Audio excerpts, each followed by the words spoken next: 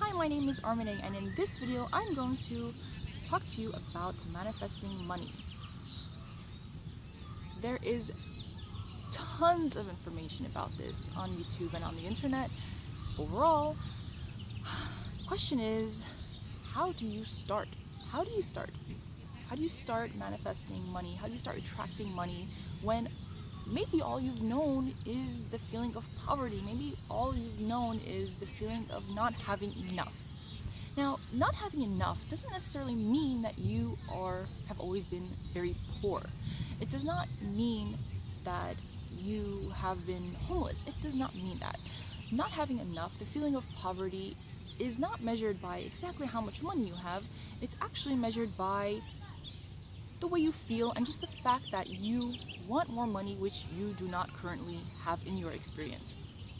There are people who have millions of dollars and still feel like they are living a life of poverty. Well, how do they get to that point if they feel like they're living a life of poverty, right? Because if you feel like you have a lot of money, if you see that you have a lot of money, then that just brings more money, right? The rich get richer, the poor get poorer. But not necessarily. Just because you have a lot of money doesn't mean that you feel rich. But feeling like you have a lot of money will get you rich. It will get you an abundant financial experience. Now, how do you track this financial experience when you either now or have always been feeling like you don't have enough money? When you use your money, how do you feel? What about when you use your money for something that you kind of need? Let's say it's not even something completely frivolous. Something that you kind of need, but you don't necessarily have to have in order to survive. Because you may be familiar with those situations. It's that, you can go without something, but it would be helpful. It might be an investment even in your business, and you feel like, well, is it worth it? Can I afford it right now? Yeah, it might bring me a lot of money if I use this tool or this whatever that I want to invest in, but do I really have the money to invest into right now? I feel like I can't buy it. Those thoughts and feelings are coming from what we were taught growing up, and what we were taught growing up was to be responsible with our money, because if we're not responsible with our money, it will all fly away. It will fly away. It will be gone, because money, you have to hold on to it tight, and you have to use it properly and not spend too much, so you can one day be rich. That is not the way the nature of reality works. And it's nobody's fault, really, that we have some wobbling when we try to switch that belief in our subconscious mind of thinking the world is abundant, money can flow to me from anywhere, really. So you have to find a compromise. You have to let your mind go back and forth on it for a little bit. This could mean years, this could mean days, this could mean weeks or months, it doesn't matter. The more you allow your mind to make the shifts it needs, be it go back and forth, that's fine, the quicker you will actually manifest the abundance. Don't feel bad about feeling bad about not having money. If you just let it be okay that you haven't had an abundant financial experience until now, if you let that be okay, then things will start to change. If you are not okay with it, if you have been embarrassed and you're still holding on to the embarrassment of not being able to afford certain things, then that embarrassment, that current feeling is going to manifest more of that. So shed the feelings of poverty, and by feeling the feeling of poverty, what I mean is thinking you can't afford it, because although any logical person will tell you that, okay, you can't afford certain things, so don't buy them, only you know, really, when is the right time to invest in something that is going to be good for you. We're in the internet age. You are constantly being sold things on the internet, on billboards, when you're driving, everywhere. Everything is trying to get your attention to sell you things.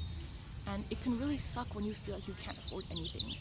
Sometimes you feel like you want to buy things just to prove to yourself that, okay, I can buy things, but does that lead you to make the right decisions of spending money? So let's address something else. Stop using the word spend. This is something Reverend Ike taught, and it's wonderful. Stop using the word spend. Spending means to get rid of. Spending means to waste, pretty much. There are two words you can use. One is neutral, and that's what I just said. Use. Use your money. I used that word in the beginning of this video. You can use your money for this, use your money for that. Money is energy. It is a blessing. It's a blessing. It's an energy. It's something that you use for exchange. So if you're using your money for something, it's because you're gaining something of equal value in return. So you don't spend money. Spending money completely makes you feel like you just gave away money, but you didn't give away money. It went to something that you have value, that you find value in, and that thing came to you. An even better term to use is circulate money, because money is constantly circulating. There's really no way that money is never going to come back to you.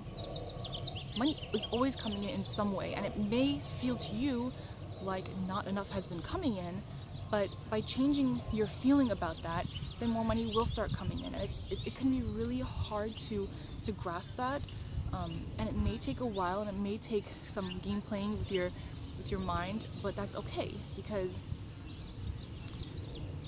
there are certain times where you're going to have to act on faith.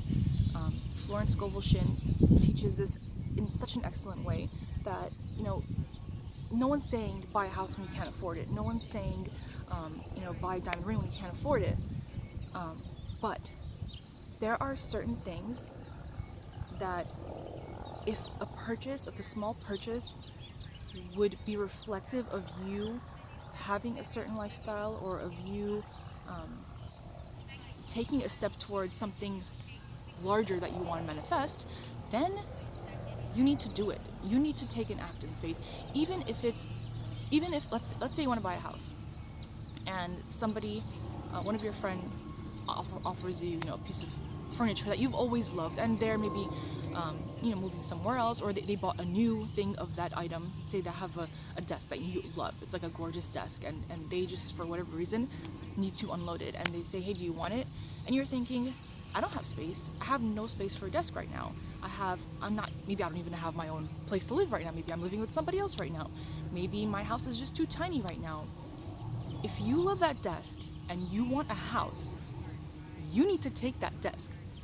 And when you take that desk, you take it in faith, knowing that when you have your new house, which is coming because you want it, if you don't block it, that house will show up in your life. You need to take that desk and know that it is the desk, it is the first desk that will be in your new home. And it needs to feel natural. Let it feel natural. It's okay to feel natural about having what you want. You need to feel natural about having what you want, because if you don't, you are just pushing it away. You're blocking it. Why do you think we have desires? Do you think desires are a selfish thing? The majority of desires that we have come from a place of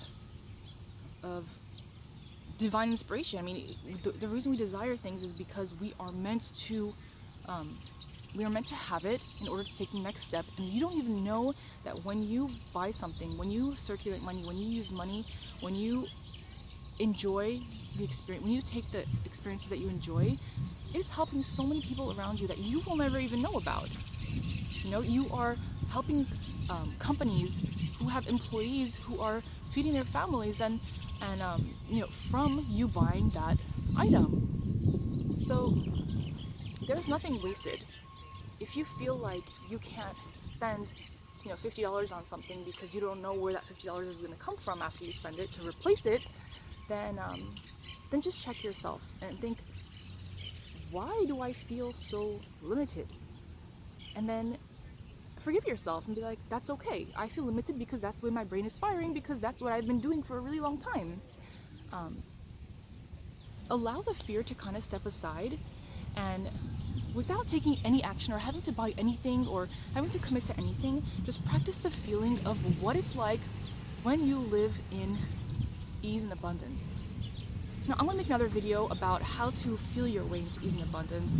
I know Abraham does rampages on how to feel abundant.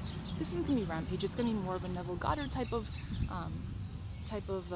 tutorial where you can feel your way into natural abundance, natural financial ease, and that's really what you're going to need to match yourself with having financial abundance. I mean, don't get me wrong, I love Abraham's rampages too, but for me, for myself, in my experience, Neville Goddard's techniques of feeling yourself into the moment and acting it, just feeling it real. Those are the things that allow your abundance to seep into your subconscious mind, and so it can externalize in your world. Look out for that video. If you enjoyed this video, please subscribe so you can be notified when that video comes out, and feel free to ask questions down in the comments below, and I will answer them in another video. Thank you very much, and have a great day.